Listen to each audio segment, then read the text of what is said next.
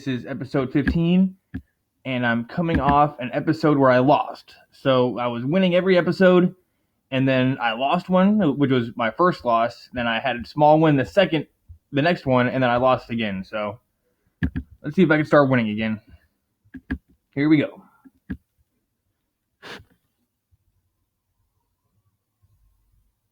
And it's number 15 is the one. This is number 16. So let's try to win.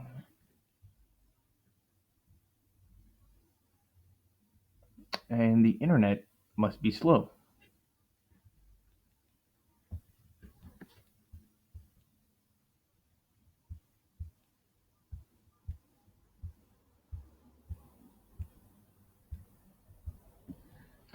All right, half an hour. And then one common thing that keeps coming up is instantly folding bad hands out of the big blind and even marginal hands. And people keep saying, just wait. So one of these episodes, I'm going to do that. But every time I've ever done that, like this, I always lose. And I want to win this one since I've been losing. So I'm gonna do that on another video.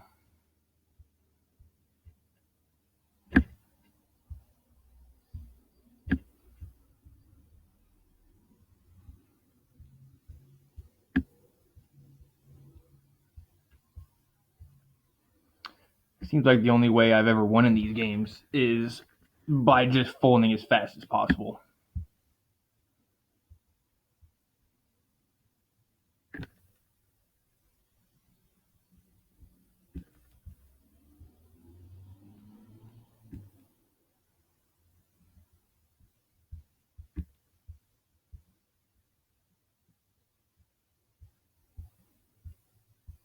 All right, I guess I'll wait.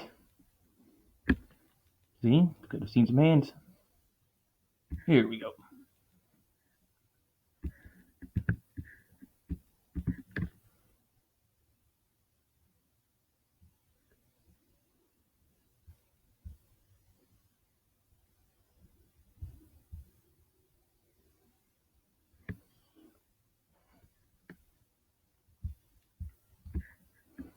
Well, he's definitely got me beat. He's not limping in with like ace 9. He's got 10 jack. He's got pocket 6s. He's got pocket 5s.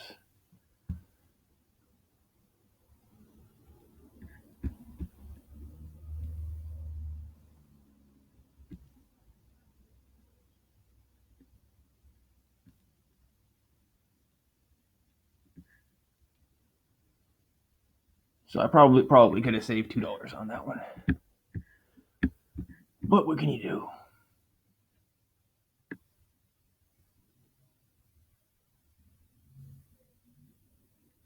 That's got to be a pretty good flop. So I'll bet it.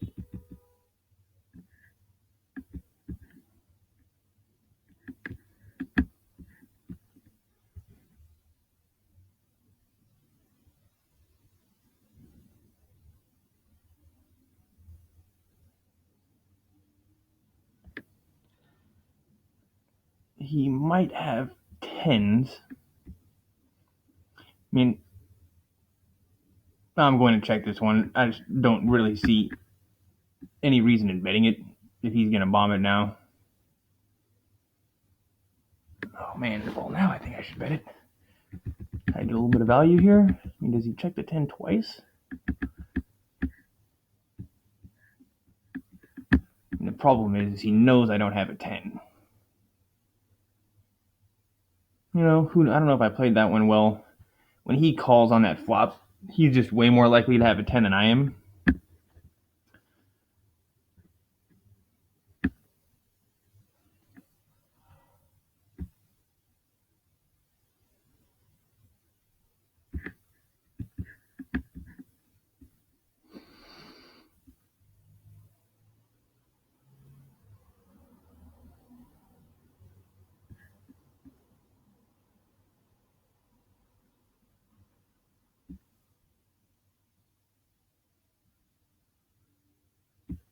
I see that one as an example where people say, just wait around, you have pocket fours. But it just never seems to work.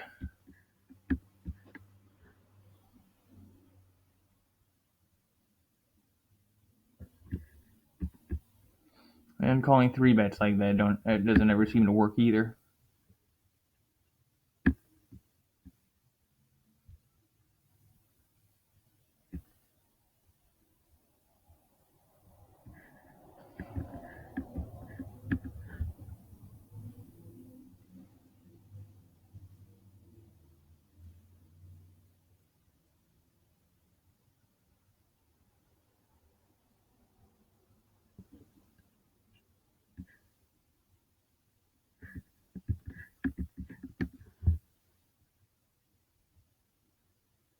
I'm not totally sure if this is winning. Opening with suited connectors just isn't as good as three betting in position with suited connectors in these games. And when he's calling there, all right, well, at least I'll know very quickly. Back in the day, in the poker days, like back in maybe 2009, when they were short stacked and they called out the blinds, they always had the ace. But these days, it doesn't seem quite as much. Nope, not that time. But that was just kind of one of the rules I played by, especially even in tournaments. If they called out of the small blind and they had a short stack, it was like ace jack. It was just always an ace. It seemed like.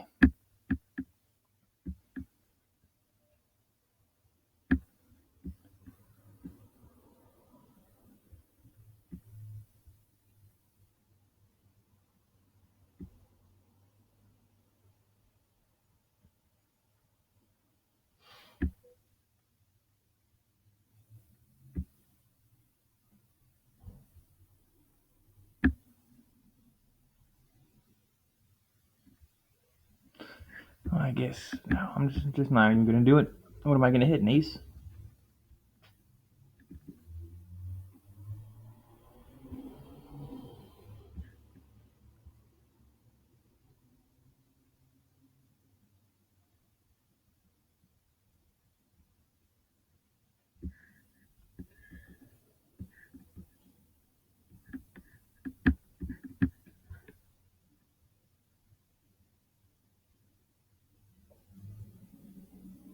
Usually they call that.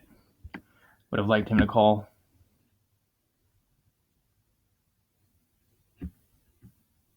I was looking on YouTube, and other people have played these games. And one of the guys, he had a 40-minute video that had by far the most views out of all of them. And he put in suited kings as opening hands. So suited aces to me are just the absolute nuts, and I squeeze and play them every time.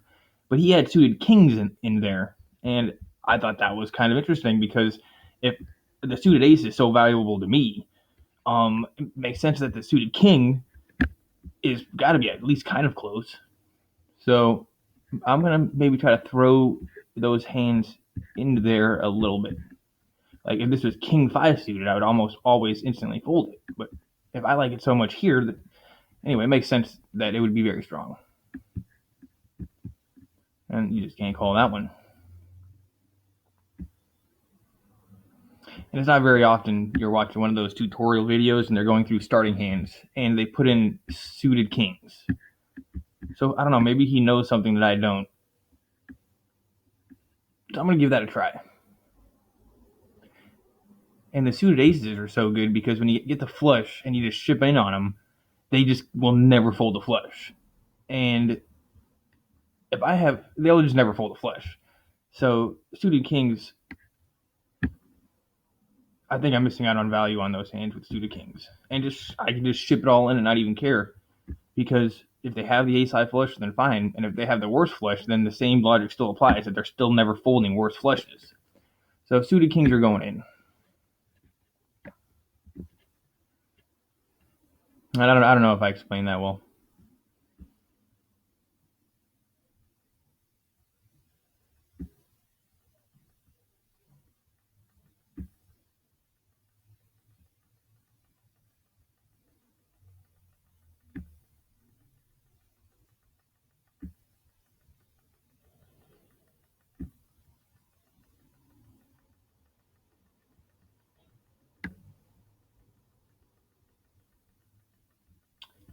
And I've been watching some of the videos from the before. I was just playing and recording them and just posting them.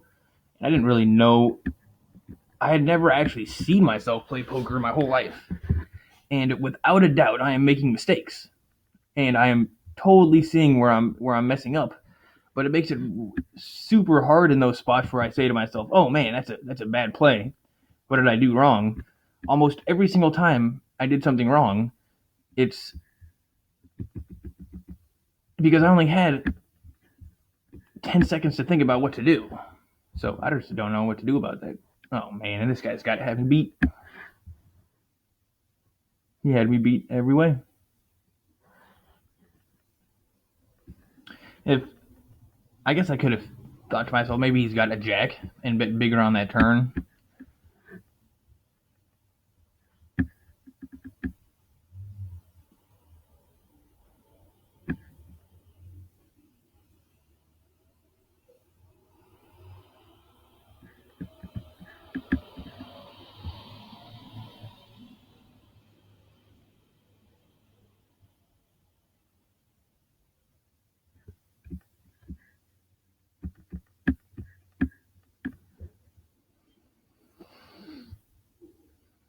Guess we should continuation bet this one.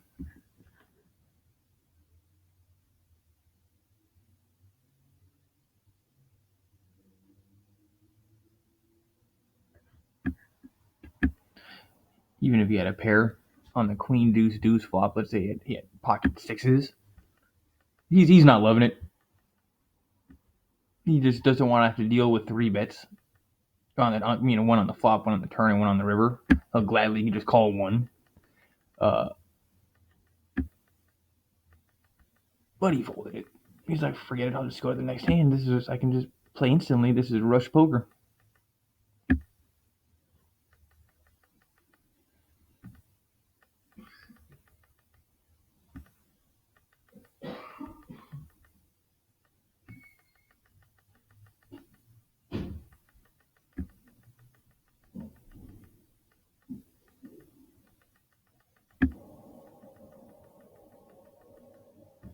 There's one that I probably should have waited around. Well, I can just see so many hands and just not waste my time.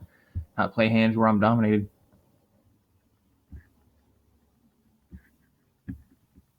All right, let's see what happens.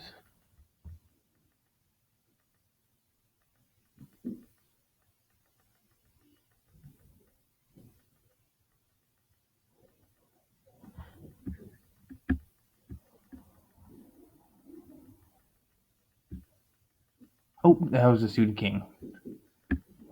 I'm going to start watching for those suited kings. And I promise that I'll play one where I don't instantly fold from the big blind. But I just want to start winning again. Whatever.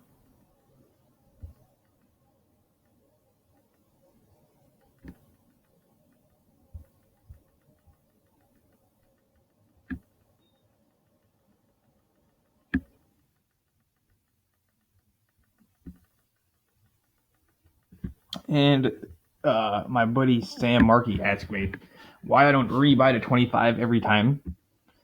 And at first it's because I only had $50 to start out with, and it just lowers the variance big time if you're not just instantly rebuying. And then also, I do think there's value in, because I'm trying to have people watch me get it too. All right, well, I guess, you know what? I'll three bet this one. I think like a queen or a 10. I think I don't want to see a queen or a 10. Just have a fold on a flop. Yeah, but back to the not buying in full. If we take a look at these people playing, a lot of times, well, actually, all these guys have over $25, but a lot of the times you'll just see nobody does. Everybody's playing on 14 and playing on 11 and playing on all these kind of weird amounts under 25 because they just don't have a bunch of. They just can't rebuy fully, and it seems like if I'm trying to help people go from a very small amount to 1,000, some kind of to make some kind of goal and turn 50 into something significant, those are the people that need to be learning, not the people that are just instantly rebuying every time because they got $300 on their account. And this is a good flop. So I'm gonna bomb it. Try to get some value maybe out of something.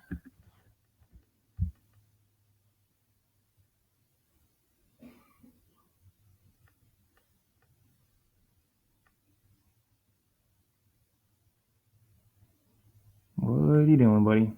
What are you doing?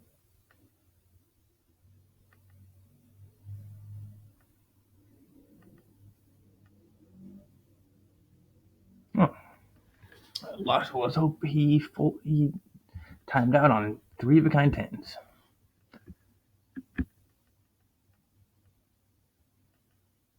But yeah, well, I'm playing during the day on a Monday, 1 p.m. on a Monday. So the people that are playing in these games are not people just playing drunk, and without a doubt, they're significantly tougher now. Like this guy.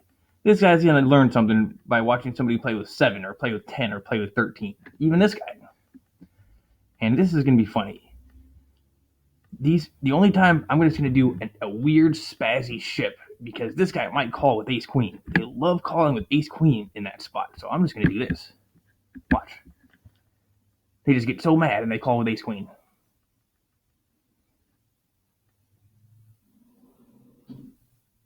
Oh, good lord.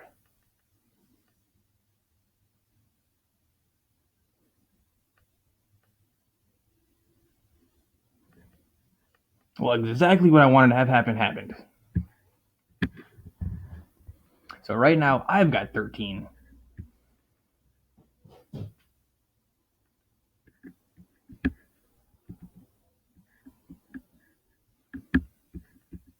It's if I would have just kind of 3-bet that to a kind of weird amount, he would have maybe even folded. But if you just kind of get spazzy and ship it, they love calling. Now this is a good flop because if he has ace king or ace queen, he's going to fold. There's king queen, all those hands he's going to fold. And it looks kind of strong if I'm bombing with $11. So I'm just going to bomb it.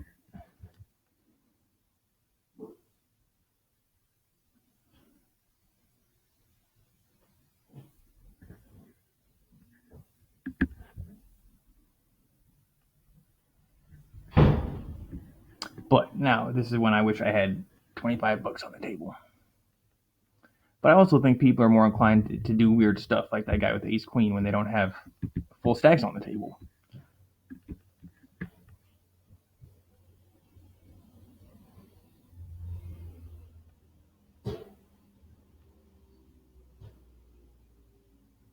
Now this is a flop that I'll take because he might call me with something.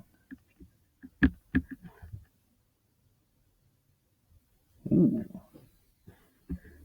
Now if he has a flush draw, I want to charge him, so I'm just gonna bet bigger.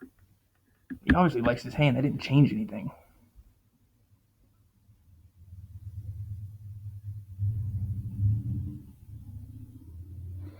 Oh man, let's hope he doubles me up here. I'm definitely going all in. Double me up.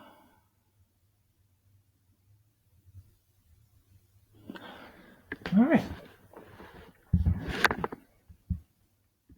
On that one, me having 25 probably wouldn't have made a difference because my all in. Oh, here we go.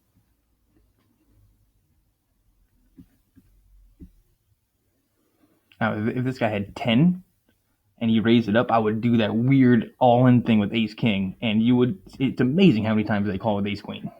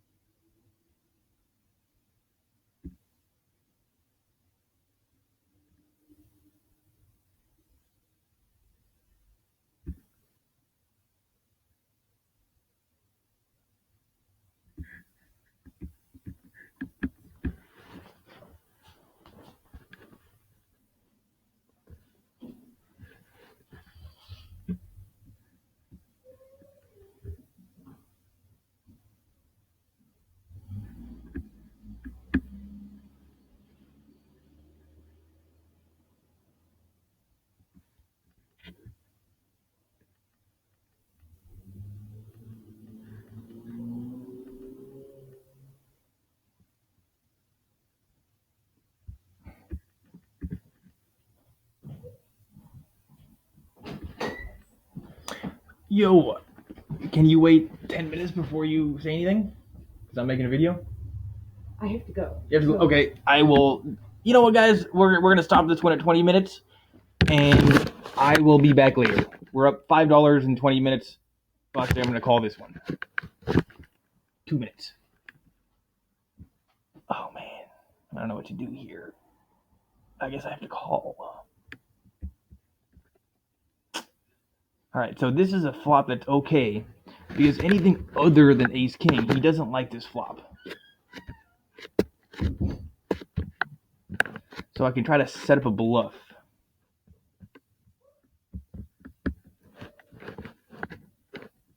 If he bombs it again, I'm folding.